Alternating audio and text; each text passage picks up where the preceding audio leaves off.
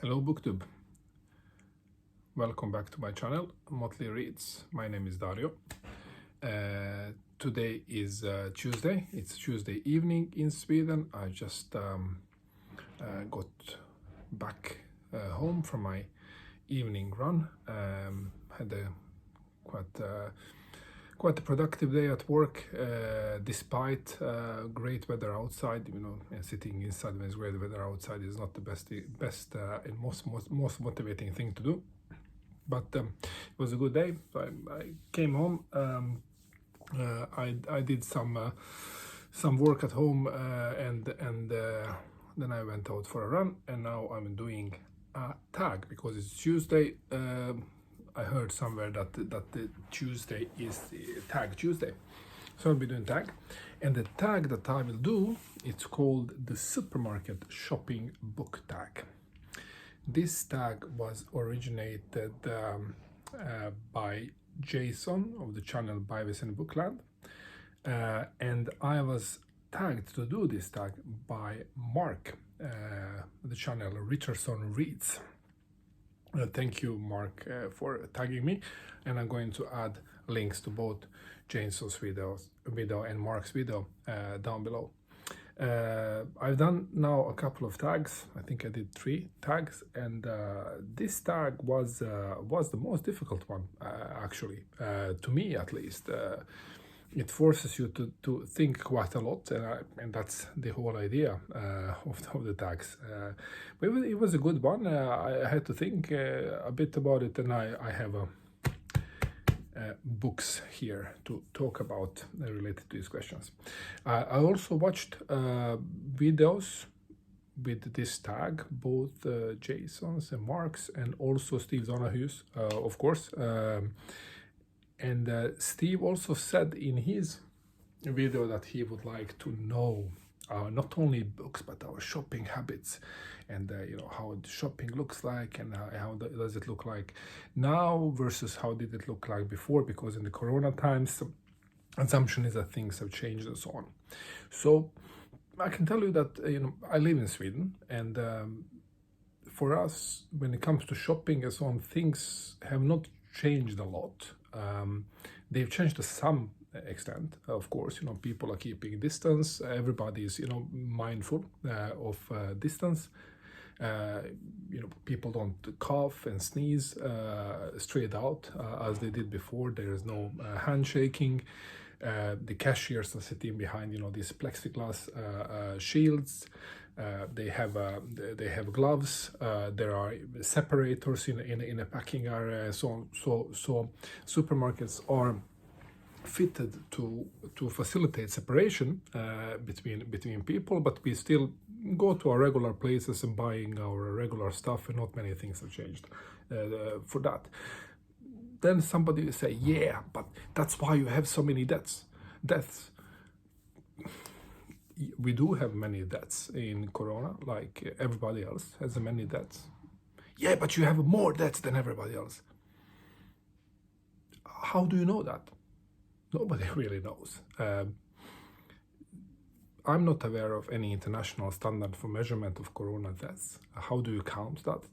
As far as I'm aware of, and as far as what scientists are saying and the people who know about these things, there is no agreement about how do you count. And you can also say how countries are changing all of the time. All of a sudden there are 1,000 more or 2,000 less, and back and forward and up and down, and we count this and you count that, and it is really difficult to compare between the countries. And always when it's difficult to compare between units you are comparing, you cannot really benchmark. The only thing you can do, you can compare your unit in different time periods, provided that you are using same measurement method. So we can compare how our deaths are developing, and number of people in intensive care and so on, but it's not really comparable between the countries.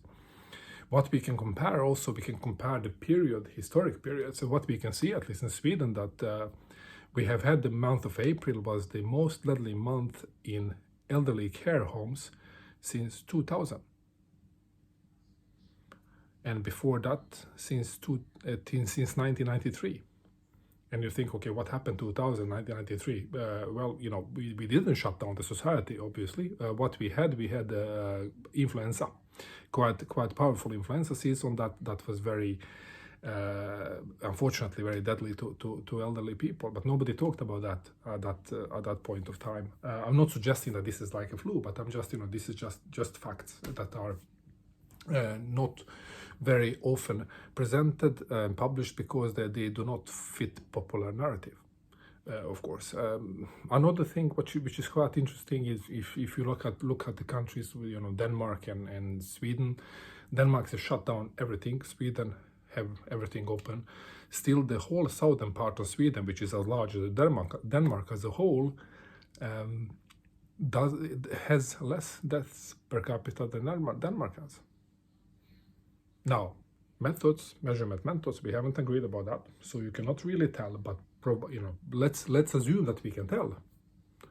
This is the fact. Who can explain why is that? Nobody can explain why is that. So we cannot explain, we don't know what are differences between countries, and even if we knew, we have no idea why are those differences. So with that information, then we are using that information to make policies. How do we actually handle this whole corona crisis? And we are using also this information actually to point fingers at people in the countries who are doing it in the right way, who are doing it in the wrong way.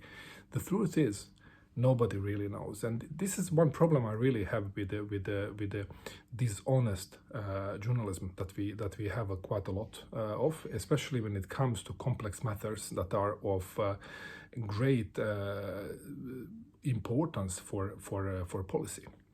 What I typically do, what I do now in this corona crisis, what I do related to climate change, to migration policy and so on, every time I read something in a newspaper that is, saying something that is confirming a prejudices, that is kind of, polarizing people between each other, saying that, okay, this is new study showing this.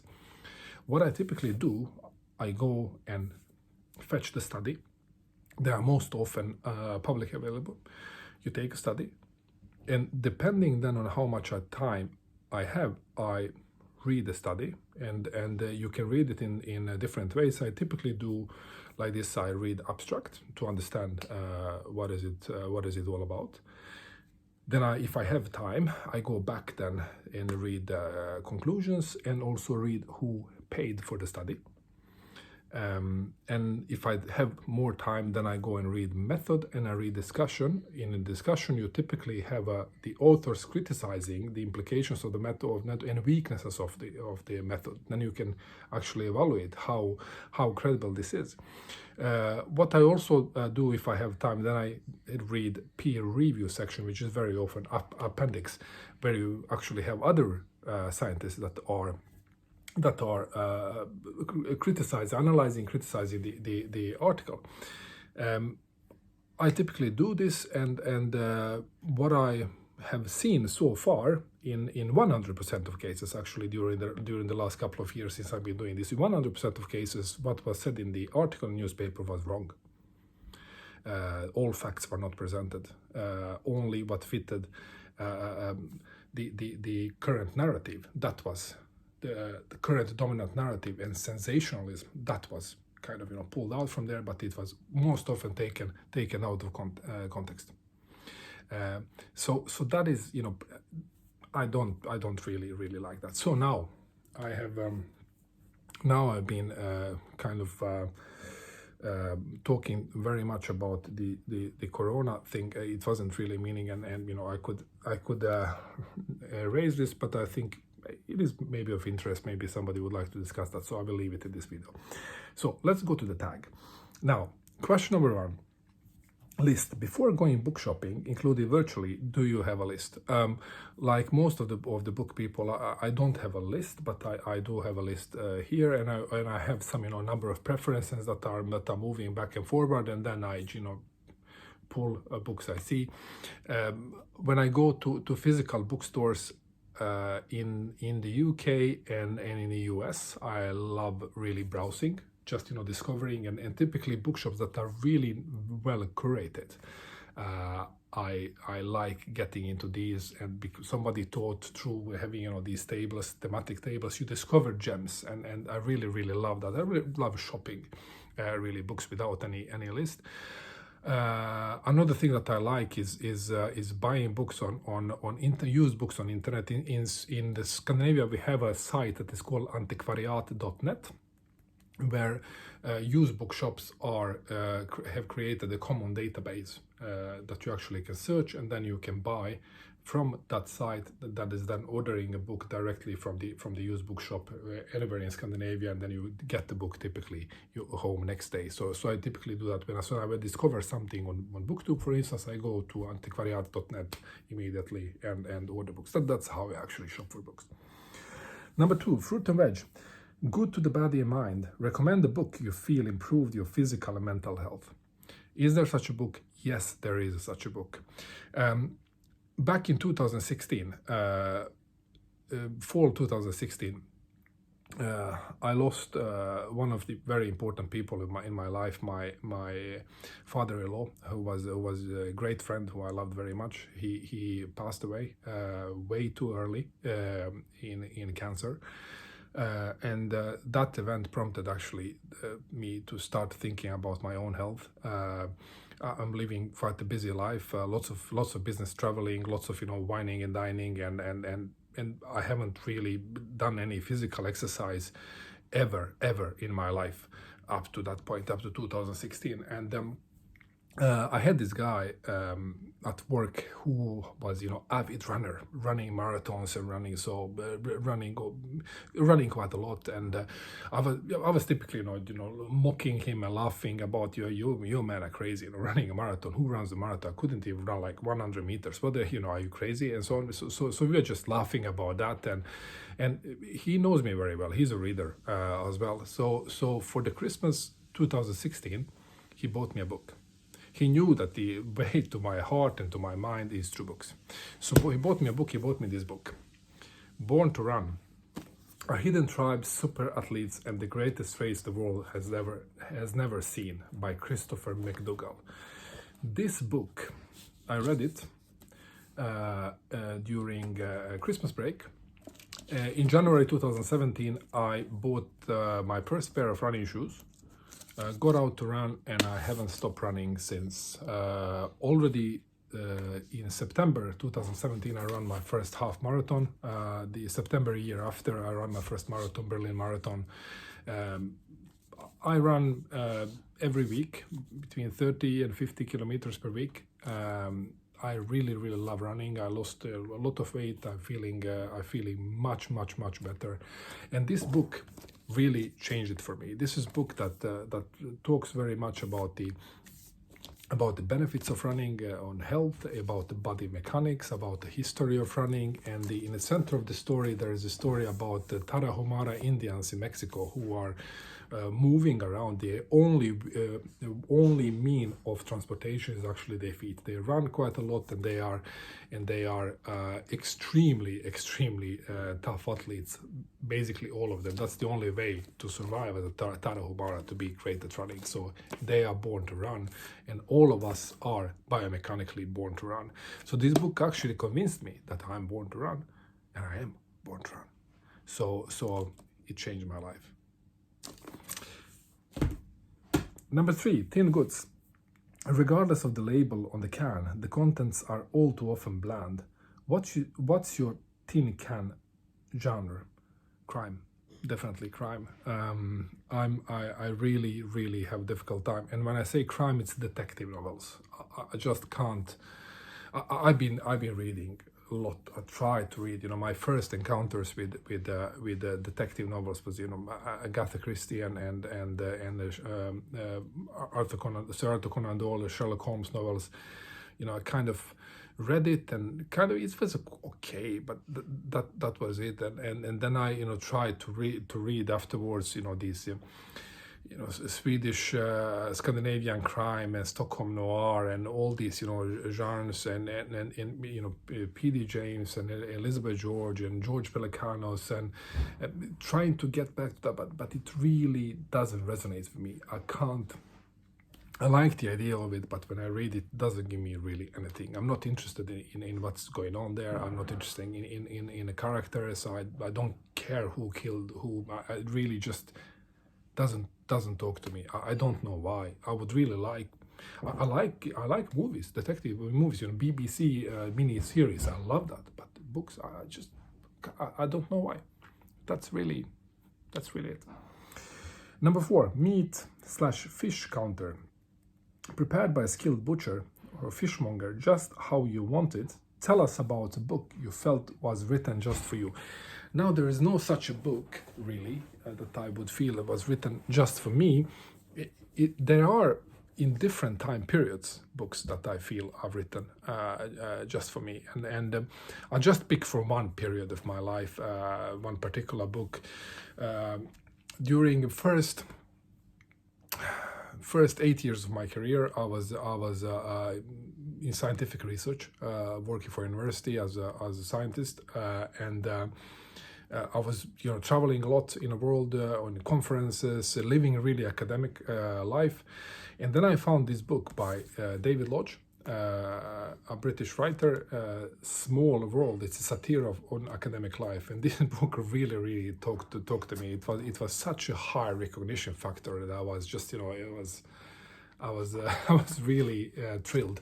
I loved that book at that point of time. I guess I didn't reread it since. Probably now it wouldn't talk to me in the same way because I'm in a completely different place in my life right now. But at that point, this was the book that was written to me. Written only for me. Baked goods. Number 5. Bread is a staple for many around the world. Who is an author you can easily digest at any time of the day? There are many authors. I pulled 2 here. One of them you probably never heard of. It's a Finnish writer. His name is Kjell Wester. And Kjell is he's a Finn, but he's a native. He's a Finn of Swedish ethnicity. So there is one part of the population of Finland who have Swedish names, who speak Swedish, but they consider themselves as Finns, so they are Finns. And this guy Kjell Wester, he writes in Swedish, but he's a Finnish writer. And he writes books about lives of people in Helsinki, capital of Finland, and the picture of Helsinki you get through his books is really romantic picture of Helsinki that I like very much. I love Helsinki as a city, and this is really shaped my picture. This particular story is his debut novel,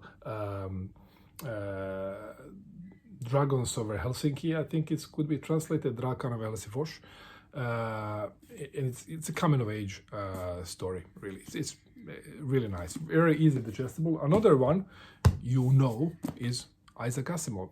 This is one of the foundation books out of 7 foundation books, and the foundation series is the greatest space saga ever written. This is just, I'm seeing that, I've spent 18 minutes, and this rant in the beginning of Corona is stolen already 10 minutes. So I cannot start talking about foundation because that would take another 20 minutes probably. But I'm sure you big book people, it. This is really science fiction classic. So Asimov, anything of Asimov, I can read at any time of day. Number 6, chilled section. Recommend a cool new author or book you recently discovered. There is one author now. He's a Swedish author. He is translated to English. I know that this book that I'm going to show is published in the US and reviewed by very favorable review by New York Times sometime in November last year. This is a guy, Johannes Anjuro. He's a half Swedish, half Ugandan guy. This book is in Swedish. It reads De kommer att drunkna i sina mödrars tårar. In English, the title is They Will Drown in Their Mother's Tears. This is a kind of a sci-fi dystopia novel. It starts with one winter night in a comic book shop where when one cartoonist is to give a talk about his comic pictures of Muhammad. Three IS terrorists come into the in there and take hostage. One of them is a girl who starts to behave strangely and starts saying, and this feels wrong, this something is wrong, and then the whole terrorist attack gets interrupted, and then the story jumps forward. She's in a mental hospital and she's getting a visit by the writer, who is also a Muslim, like she is, and she tells him a story.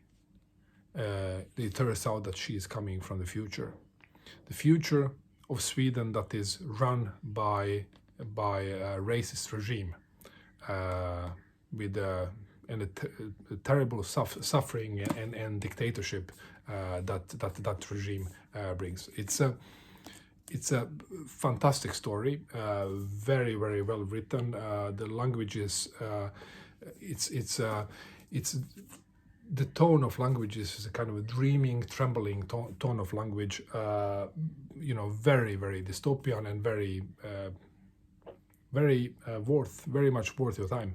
So I would really recommend this one. So this is cool new author I can recommend. And there's a book I recently discovered. I discovered one book. In this particular book, it's also in Swedish. This is not translated, unfortunately. It is by Nina Burton. It says Gutenberg Galaxens Nova. It's Nova of Gutenberg Galaxy. This is the biography of Erasmus of Rotterdam, which is a 16th century humanist that I read a lot about in a Wolf Hall series by Hilary Mantel. He was a friend of Thomas More, who is one of the key protagonists of the first of the Wolf Hall novels, the Wolf Hall, the novel itself. I read about him, I got intrigued, so I picked up this biography, which is fantastic biography with lots of great art in here. And I know that the publisher Albert Bonnier is looking for a publisher that would publish this in English. It's going to be published in several other languages, but not in English yet. So I think this is really great book, very well written. So when I read this book, I got intrigued about Erasmus. I want to know more about Erasmus. Then I picked up this. This is Erasmus book from, I think this is from 1511. It's dedicated to Sir Thomas More. It's called Praise of Folly. And if you want to get a really satiric, intelligent picture of the society in 1500s Europe, this is the one. Great book. Recently discovered by me, but obviously by many more people in the 1500s. And Erasmus, I think that he was during his period of time, I think that he was, 20% of the writing that came out in Europe during his life, he wrote. It's a very productive guy. Okay, next, Frozen section. Frozen section. Tell us about the book that gave you the shivers. Like Steve says, I'm not scared by the books. I'm not scared by the books neither. Only one book actually managed to scare me, and it scared shit out of me. This is this book, Dracula by Bram Stoker. It is a scary book. I don't need to give you a story. You know the story. It's a classic. It's a really great book. So this is the one. Number 8, Beers, Wines and Spirits. Name one of the first books you read that made you feel like an adult. I remember vividly, I think I was 14 years old when I read 100 Years of Solitude by Gabriel Garcia Marquez. Here in a Swedish translation, 100 år av ensamhet. This book, and also a classic magic realism story set in South America. I read this book and I felt like, okay, this is, now I'm playing in a completely differently, just forget about all these, cowboy western novels. This is the thing. So this is the one. Now, number 9, sweets and candy. What genre author is your indulgence when you need a little treat to read? There is no author and there is no really genre. It is more like time, period, and place that I really, really love reading about. And that's novels that should be set in a period between 1920 up to 1960-ish, not really 1960, but close, like 1959, not the real 60s. So that's the period. You take out 40s, I don't like 40s, so 20s, 30s, and the 50s, Southern Europe, and Orient, like it should be Turkey, Greece, Italy, France, there, and genres could differ. It could be spy novels, it could be crime, though not detective novels. It could be just general fiction. So that's really treat I'm looking for, and I just pulled out 2 books that are representing that particular niche genre of mine. Here's the first one. It's Bonjour Tristesse by François Sagan, which is really a gem of a book. And another one is this is a thriller by Eric Ambler, The Mask of Demetrius, which is also very, very good book. And this is summer story set in France. 17-year-old girl on a vacation with her father, who is there with his young lover, and this girl of 70. She's discovering basically adultness. This one is a crime story. It says that